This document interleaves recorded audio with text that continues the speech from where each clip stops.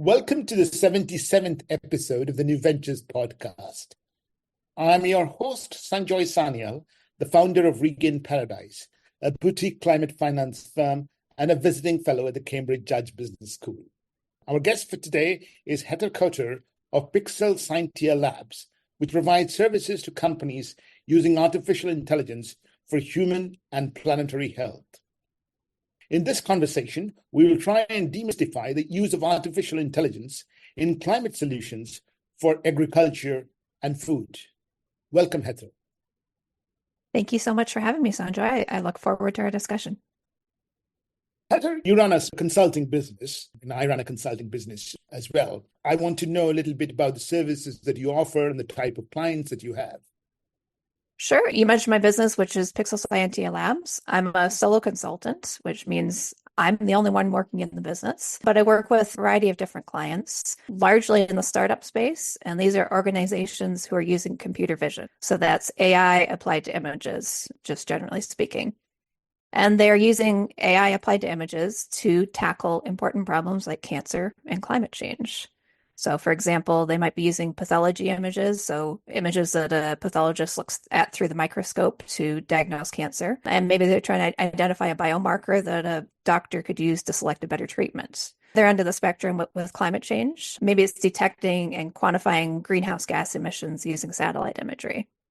So I work with both the leadership and the technical team at these organizations, and it work to improve their computer vision capabilities to solve these problems more effectively.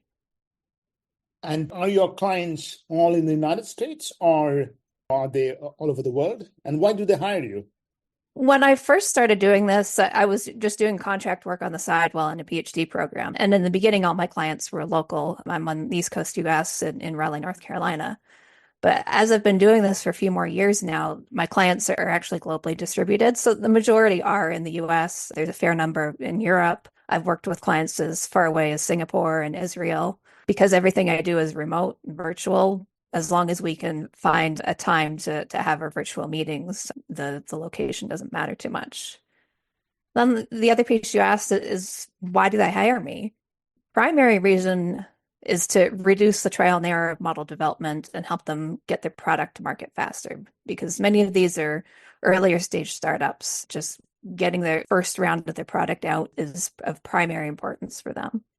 Largely work with these non-technical founders who are using AI, or in some cases, a technical founder who has expertise, maybe not in AI, but maybe another technical area, or at least not in computer vision. But by working with these clients, I can help them make their model development more efficient, help them get better results, help ground what they're doing in science so that they're properly validating these models and making sure that they do work in the real world scenario that they'll be deployed in. All of this just helps them get their models working more effectively and to a product ready phase much more quickly. What you're saying resonates so much with me. I have Regained Paradise as a consulting firm, but really myself. I started this little bit of contract work 15, 16 years back, and then wanted to build out a company. Most of my clients are all over the emerging world. So I work in Asia and Africa because, again, a lot of things can be done remotely. Perhaps unlike you, I do get a chance to travel to all over these exotic countries. I'm just back from Zambia. Then I had a trip to Bangladesh. So that's perhaps makes my consulting quite interesting as well, but it's very similar to yours, actually. You work in artificial intelligence and computer vision, and I know you already defined that to mean images. In climate change and cancer, obviously, there must be a reason for choosing these two domains. Well, like most of us, I've had family members who are impacted by cancer and some who lost their lives to it. In the US, at least, roughly 40% of people will be diagnosed with cancer at some point in their lifetime. And I'm also fascinated by histopathology images. So these are images that most people have never seen before, but just to give you a description, this is something a pathologist looks at through the microscope. If they're scanned and put into a computer, they're extremely high resolution. And they're actually very colorful. For a pathologist to study them, they first stain them with different compounds that highlight the structures that they're looking for. So they turn a pink and blue color. The nuclei are blue and the cytoplasm is pink. So they're high resolution, they're colorful. And while I don't understand the details of what's in them because I don't have the medical backgrounds, I'm still fascinated by them. And they're in some ways similar to satellite imagery that I'd previously worked with, in that you can zoom in, you can see a ton of detail.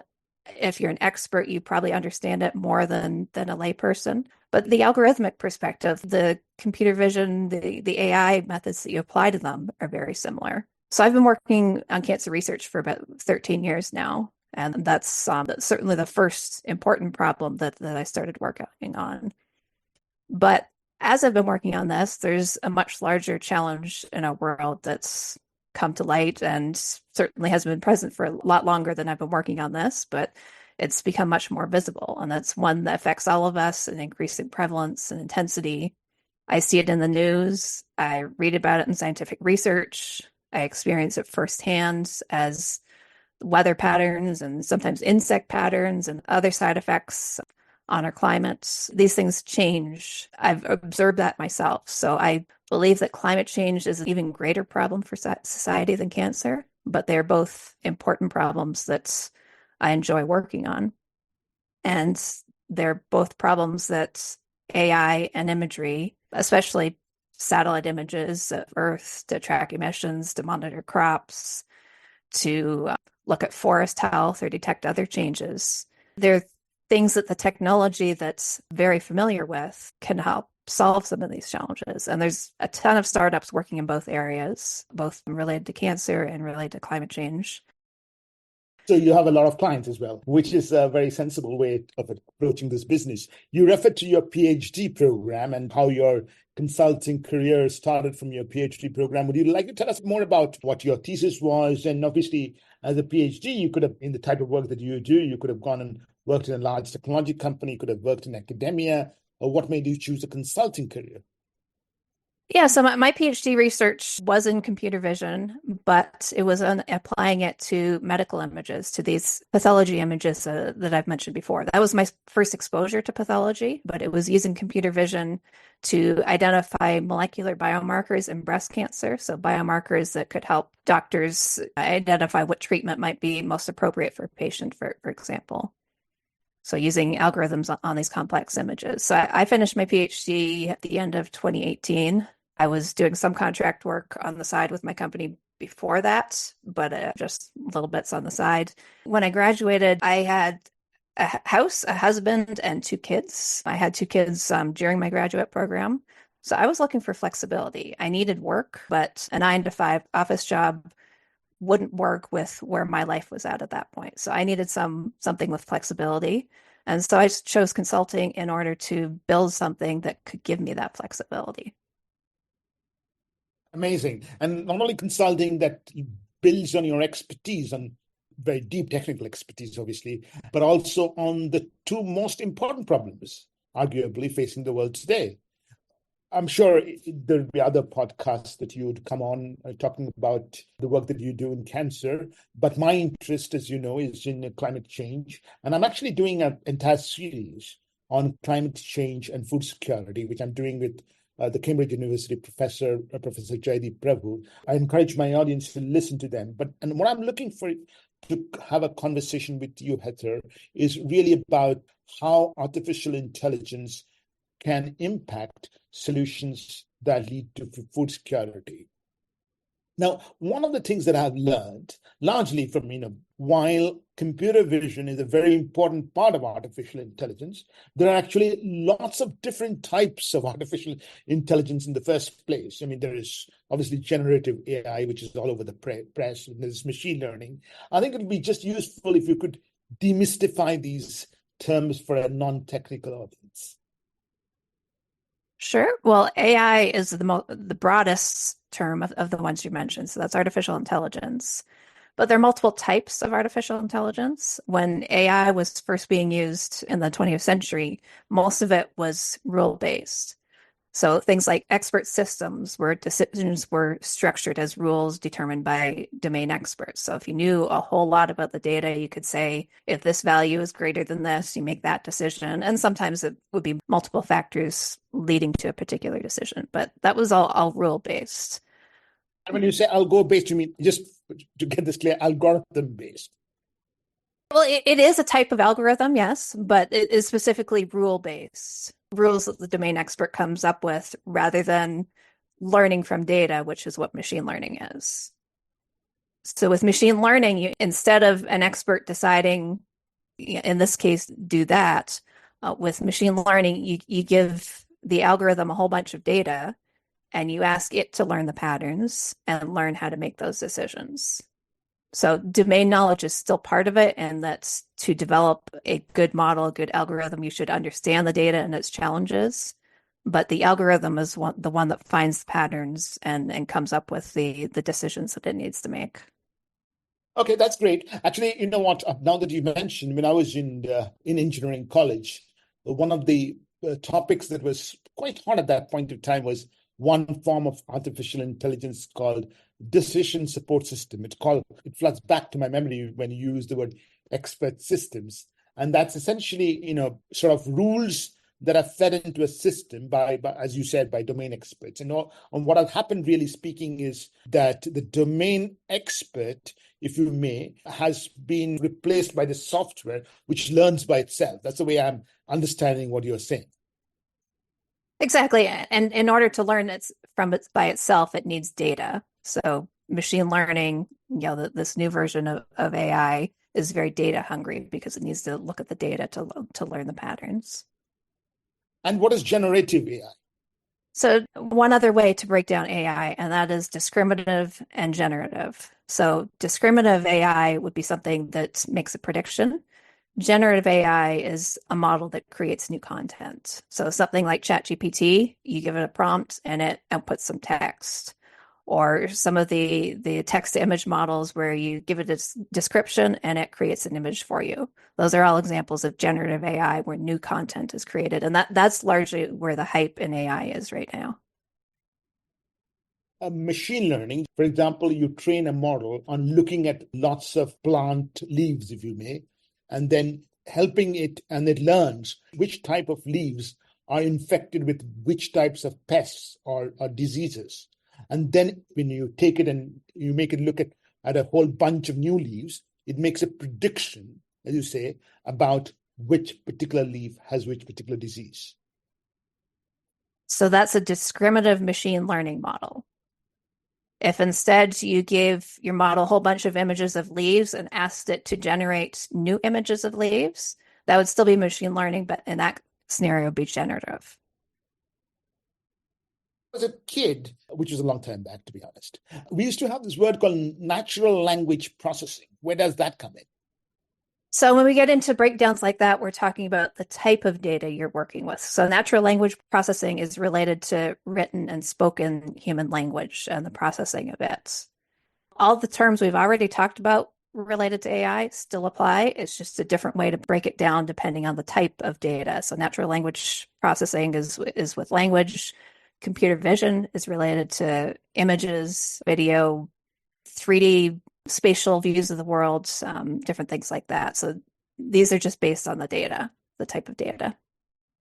Thank you. I think this is very useful. I also have to say that this is a perfect time to start talking about it. You already have a podcast. I mean, as a podcast host myself, I'm very curious to know, why you decided to start this. Did you obviously started during the pandemic, like many others, including myself? I started mine in fall 2022. So it was a couple years into the pandemic. I had already been running my consulting business for a few years at that point. But my goal was to build an audience through speaking, but without having to travel to conferences. I already had a newsletter at that point, but having a podcast builds an audience in a different way because it's a different medium that is speaking rather than writing. Yeah, that again sounds very sensible. And I've been listening to your podcast series, especially I know that you do both on climate change and cancer, and in climate change you do a variety of topics as well. But I've been looking at hearing your podcast, very interesting. I really like the technological details you get into. Obviously, that comes from your background. But it seems to me, going back to the previous discussion that we've had about types of artificial intelligence, that there are more companies which are using machine learning, at least in the climate area. Is that correct? There's companies using machine learning in all different areas. And, When we talked about AI a minute ago, we distinguished the rule-based expert systems from machine learning. And the rule-based systems are very much the original way that AI was applied. But because of the data available today and the compute power, machine learning is much more feasible than it was 20, 30 years ago. So most of what's being done in AI right now is machine learning. It's learning from the data. Does this mean that those old expert systems have not made progress, or people are still working at it? I suspect that they're still in use in places, but there's limitations when you're dependent on a domain expert to come up with the decisions, to come up with the rules that the system should follow. You're limited by that domain expert and what they can come up with. When you're working with machine learning, you can give a machine a whole lot more data than a single human person could look at. The machines are able to assess much more complex patterns and maybe predict things that a human, even the best trained domain expert, might not. So there's ways that they can complement each other. A domain expert is very well trained in their area, and they have the intuition that a computer might not, but the computer can, through these machine learning algorithms, come up with ways that these models can complement the domain expert to solve problems. Absolutely fine. Heather, I want to really dig into your brains about application in the agricultural area. I noticed even within the agricultural area, which is just one domain, if you may, there are multiple applications. Would you like to tell us a little bit about the types of applications in the agricultural area, people whom you have interviewed on your podcast? Yeah, the applications that I've encountered, broadly speaking, can be broken into two different groups. And the first one is related to monitoring, and the second is related to automation. So monitoring, that could be related to planning, it could be related to making decisions related to farming. And these different applications can also be quite diverse in this area, but it could be using satellite imagery to assess soil health, to look at tree heights, to look at how the health of different crops. It could be also using imagery that's closer to the ground, like a drone, flying that over fields in order to assess weeds, insects, look for disease in order to find where they need to be treated. It can be done using a combination of different types of data, like satellite and drone together, with ground data as well to tell you more about what's going on there. The key is that through these applications, the models can analyze larger volumes of data than humans can. And through that, they're capable of making more accurate predictions in a lot of cases. So because they can look at historical data, they can look at larger volumes of imagery collected perhaps in detail over fields, over multiple fields in a region perhaps. They can help farmers make better predictions about what to do with their crops. And then the second category I mentioned is automation. So this is things like fruit and vegetable harvesting robots, drones for herbicide spraying, different applications like that. And the key here is that through these technologies, you bring efficiency and you can reduce costs by using automation. So broadly speaking, those are the two different groups that I encounter related to agriculture. Brilliant, because I was trying to wrap my head around this, and I had listed down actually 10 types of applications that I saw in agriculture from the podcast that you've done, but I really like the way you put it into two broad buckets. Now, just applying what we discussed earlier, the types of artificial intelligence and the way it works here. So, for example, you have a company which uses satellite data to understand regenerative agriculture, to understand how land which has been desertified is being restored. I can understand it that you can take lots of satellite pictures, and then you can take satellite pictures and see how the land is improving. My question is, do you, in these contexts, use multiple types of data? Do you, for example, use satellite data, and then do you use drone data, or is it just one type of data? It's going to depend on the application. Some of the companies I've talked to are only using satellite imagery. Some might be only using drone imagery. Others might only be using sensors on the ground.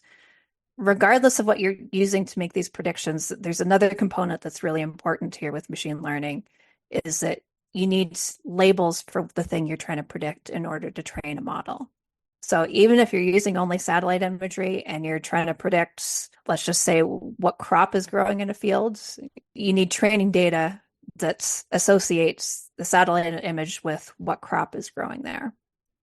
So those labels, you need to collect those from a diverse set of locations in order to train the model. And then once you have that model, then you can use it to make those predictions in other areas. But those ground-based observations for the labeling, in some cases, those are the more difficult ones to obtain, and in particular, the more difficult ones to obtain diversely, perhaps over a diverse geographic region, perhaps over multiple continents, perhaps over different species of crops or species of trees and orchards that you're trying to observe, different things like that. But those labels are incredibly important in order to train these models. Heather, this is getting really interesting. So just tell us, how do companies overcome the challenge? Are there public sources of crop data available across various continents, various soil types, various types of crops? Or companies have to go and collect a whole bunch of, almost do a mosaic of data? How do companies get around that problem? So this is probably one of the larger challenges that these organizations encounter, because they need this diverse set of labels. And even if the imagery is easy to collect, like satellites, that you still need the labels. If you're doing drone imagery, then you do need to collect that in a diverse set of areas. So in some cases, they might be working with early clients and being able to collect data from their fields in order to improve their models. In other cases, they might be using specialized equipment. For example, maybe they need a 3D point cloud collected from the ground. And what is a 3D point cloud? So this will be using a technology called LiDAR, and that enables you to get a 3D view. So like the distance from the sensor to the thing you're trying to observe, so the trees in the orchard, for example. And that enables them to reconstruct a 3D view of that tree, and from that be able to determine its height or perhaps other properties that they need. So that's just one example. If that is the type of data that they need, they might need to bring their own equipment to that location on the ground in order to collect that ground truth. And in that case, they're going to sample different locations wherever they perhaps have partnerships in order to collect as much of it as they can. But it's still going to be a limiting factor in collecting this, because they need their models to be able to work in different locations as the trees change, as the species change. There's the variations due to geography, due to weather, due to lighting, due to soil texture. Not all of these are going to affect every application, but some of them will affect each application. And is this the reason that they have to raise, lots of venture capital money? Because, this is specialized, it's proprietary, it has to be done from scratch. It was certainly one of the reasons.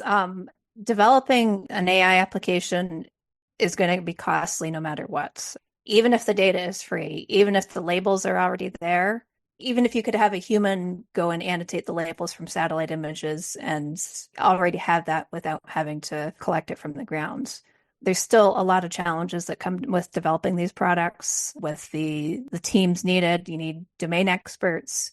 You need AI experts in a variety of different areas. You need those who can build models, those who can deploy and maintain models, those who understand the agriculture point of view, agronomists who understand the crops. All of these specialties come together in developing these products, and it takes many iterations. The first model that you train in a machine learning project is almost never going to be the one that works and solves your problem. This is a very iterative process in trying out different types of models, in making adjustments to your data. So maybe better data cleaning strategies, maybe more consistent labeling, maybe going out and getting more data in order to make your model stronger. All these factors are very iterative and take time and resources to develop.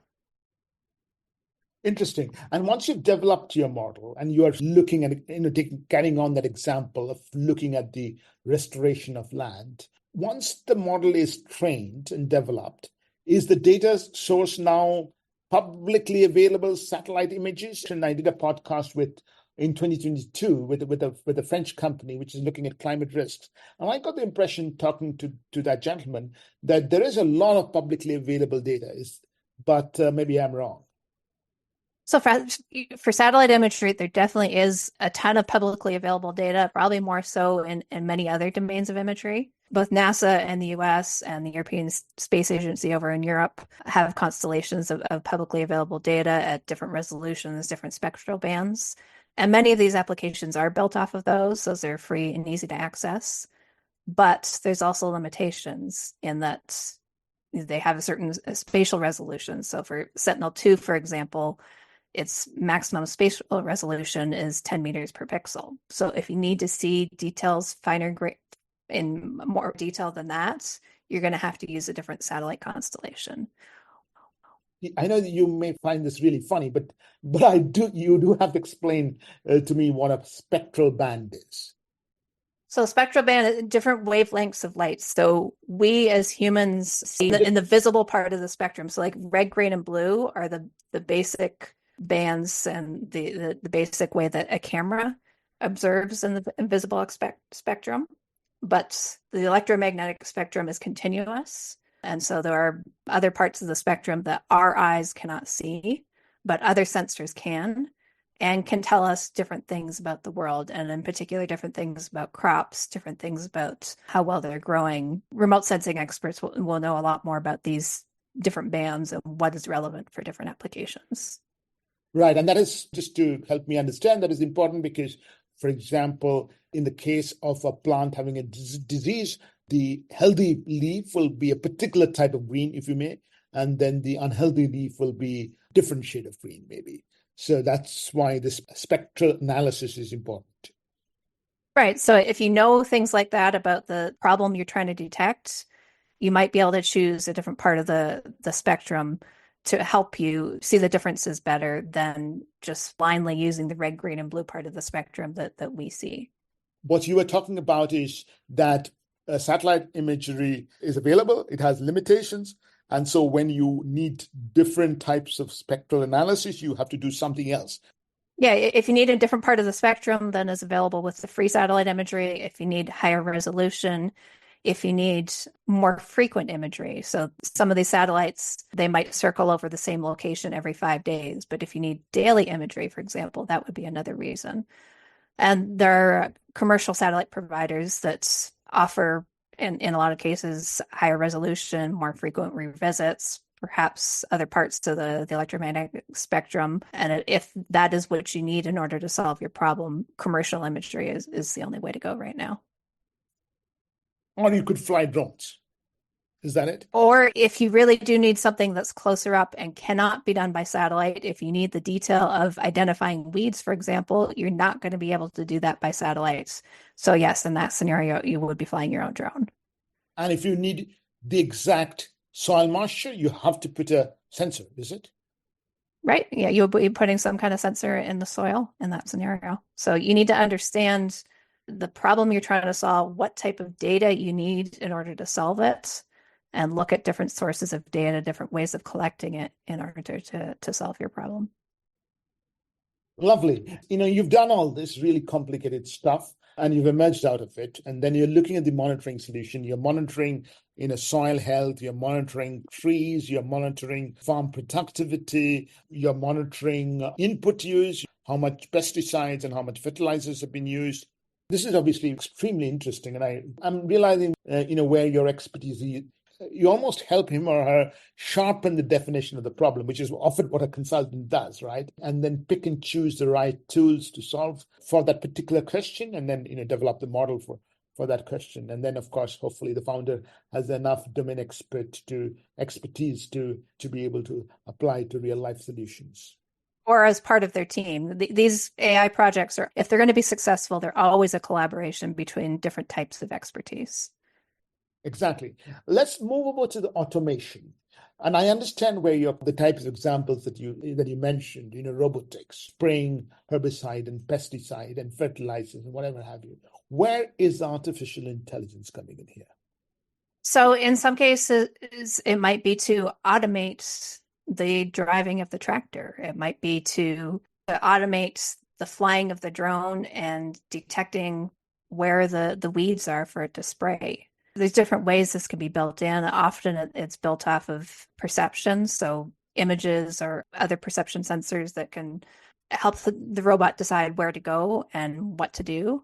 But it's automating the decisions that otherwise a farmer would have to do. Right. And I'm letting my imagination run a little bit wild here. Using that spectrum example that you provided, you could pick up, for example, within let's say, a radius of a mile or a kilometer, where the soil is drier, and you could use sprinkler irrigation to target water at that particular area or particular part of the land, and instead of spraying it all around. Is that a ridiculous example? Yeah, so whether it's water or herbicides or any other nutrients that need to be added to the soil, instead of applying the same amount over the fields, whatever standard interval, you could direct them to where they're most needed and therefore have to do less of that treatment and use less of that product, even whether it's water or herbicide or whatever that application is, if you target it to where it's most needed. Right. And in the emerging world, obviously, you've heard of a term called drip irrigation, right? Which is targeting water precisely at the roots of the plant. And this is one more final layer of more efficient targeting, the way I'm interpreting what you're saying. You're right. That's another example. There's a variety of different ways that things can be targeted. The other piece of automation could be in harvesting, collecting the fruit and the vegetables. There's robots that do the harvesting there as well. What is really interesting, and I want our listeners to go back to Heather's podcast and listen to them because the way I have listened to it. We've spoken about 15 to 20 minutes, I think, on agriculture, but there are actually broader applications in the food area. For example, there is aquaculture, there's predicting weather, there's predicting food waste. We should talk a little bit about it, Heather. Yeah, so the three areas I came up with there are similar to what you said. The first one is food, second is weather, and third is climate risk. So related to food, one company that I interviewed is Fresh, who are trying to reduce food waste in grocery stores. Another example is Aquabite, who's working on fish farm efficiency. So these are all parts of making food more efficient. Related to weather, it could be related to improving weather predictions. So the forecasts that we typically look at go 10 to 14 days out. But once you get beyond this, making weather forecasts is much more difficult. So there are companies who are using AI to do subseasonal to seasonal forecasting to make these predictions more accurate. But let's talk a little bit about weather, because this is something that is so important. You know that the El Nino has been raging through especially the emerging world. And so in Southern Africa right now, as we speak, there is a devastating drought that is going on. Let's go back to artificial intelligence, basics with which you explain the various models. How can companies predict weather a month, 2 months down the line? Because if you could do that, you could have saved tons of food of crops that were planted or not planted in Zambia, Malawi, Zimbabwe. It would have been a significant impact. How could you use artificial intelligence to do this? So when you get to that type of prediction, it's not going to be as accurate as the weekly forecast that we typically look at. It's going to be more about probabilities. So maybe this year there's a greater probability of something happening in that seasonal forecast. So the companies that are working in this area, they're using the regular weather models that different governments and organizations produce, but they're also adding other data to it, and they're doing much more extensive processing. I don't know all of the details that go into these, but the different temperature, humidity, and rain and other types of observations that are collected around the world go into these models, but they extend their predictions out much further, and they run multiple sets of predictions. And in the end, they don't come up with a single forecast. They come up with a set of probabilities of different types of outcomes at different time ranges. I think that's the other part of artificial intelligence, which you probably didn't quite talk about, is the ability to crunch an enormous amount of data and see patterns in it. Right. All of these models that we've talked about at a high level here, all of them take in different types of data, and in different scenarios, it might be different quantities of data. So if you're working with satellite imagery, if it's publicly available, there's really a huge amount of data available with weather observations, historical observations in particular. We're not just looking at the observations from today, but these models are built on whatever observations are available for history, and then they can predict what's going to happen tomorrow. And then we'll see what happens tomorrow. And then the models can retrain and adjust as new data is collected, for example, in the weather scenario. These models are able to learn from massive amounts of data using a huge amount of compute that wasn't available even 10 years ago. And preventing food waste in grocery chains, restaurants. I know there's a whole bunch of applications going on there. How is artificial intelligence used in this application? Yeah, the one that I'm familiar with, they make observations as food is purchased, and they also look at history. So what's been purchased at different days in the past. They might correlate with weather patterns, with holidays, with different things going on in the world, and they try to make better decisions under uncertainty. A grocery store can never predict they need to have this number of cartons of milk because that's the number that's going to be purchased on that day.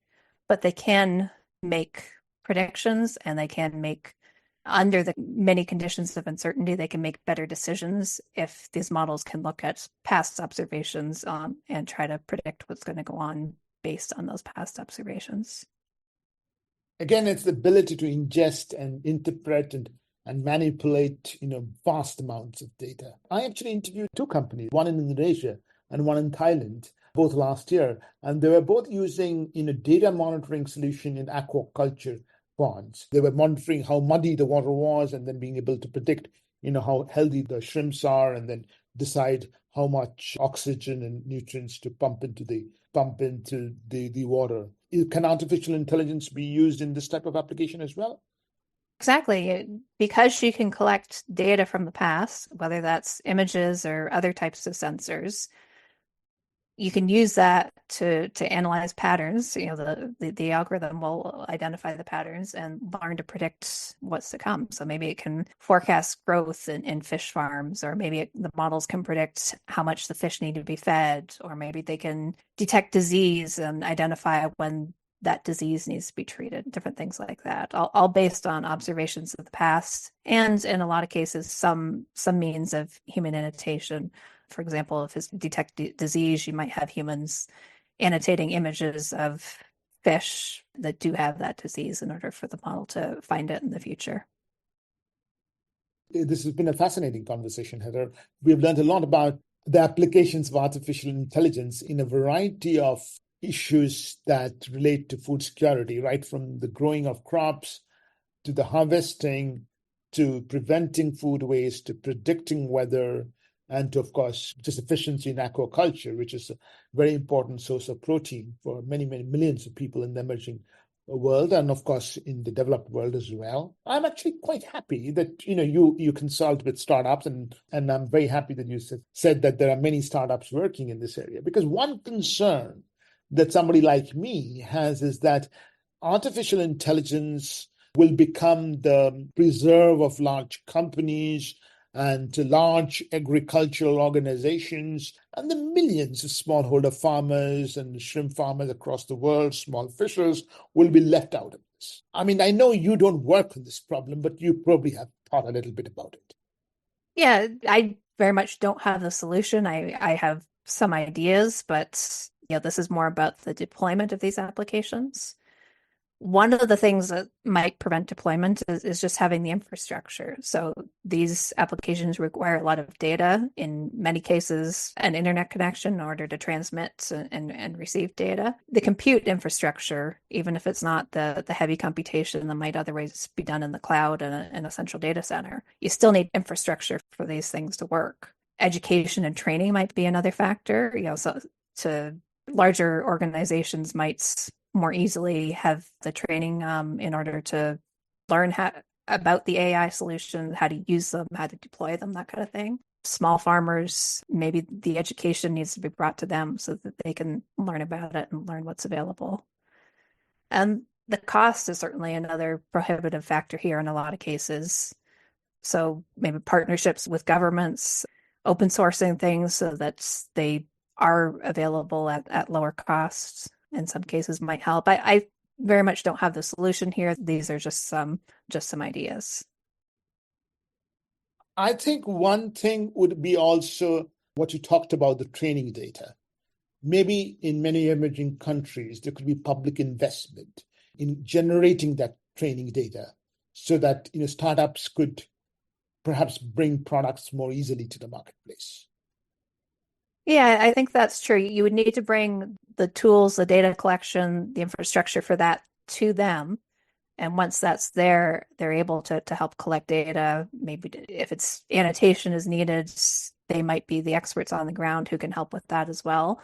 This is something I'm starting to see in the medical space. So a lot of the pathology data that's being used by AI companies has been collected from in the US and Europe, but I'm starting to see some interest in collecting it from places like India in order to provide a more diverse set of data, but also to potentially bring these solutions to locations like that in the future. So agriculture, yeah, you're right. This could be a way to do it here as well. We've come to the end of the podcast, Heather. And do you have any question for me? Well, there is one that I thought of, and I know you've talked to other guests who are using AI to solve problems, and I'm sure you're aware of many other AI applications for agriculture. Which AI use case do you think will have the most impact on agriculture over the next few years? To me, it depends again on the geography. And I think in the context of Africa, the need to restore land and to prevent the land degradation and desertification is critical. So artificial intelligence that helps agroforestry, that helps measure the soil organic matter, and that will allow local communities to improve soil fertility. In the context of Africa, that is critical. In the context of Asia, which is, of course, a big producer of food grains, if I have to crystal gaze, and crystal gazing is always a risky game, as you know, I would say issues around soil here in Asia, what is more likely to make progress are things like pest control, are things like the use of automation and the use of water and pesticides and fertilizers more efficiently. So I think it'll be different in Asia and Africa. And if people want to get in touch with you, in particular, if people want to listen to your podcast, how should they? The best place to go is my website, which is pixelscientia.com. That's pixelscientia.com. And I'm hopefully Sanjoy can put this in the show notes as well. But if you go to my website, there's a link to the podcast right at the top, and it's called Impact AI. You can find it there. You can also find me on LinkedIn if you search for Heather D. Couture. I'd be happy to connect with anybody who wants to chat. With that, thank you very much, Heather. It was wonderful talking to you. Thanks so much for having me, Sanjoy. I appreciate it.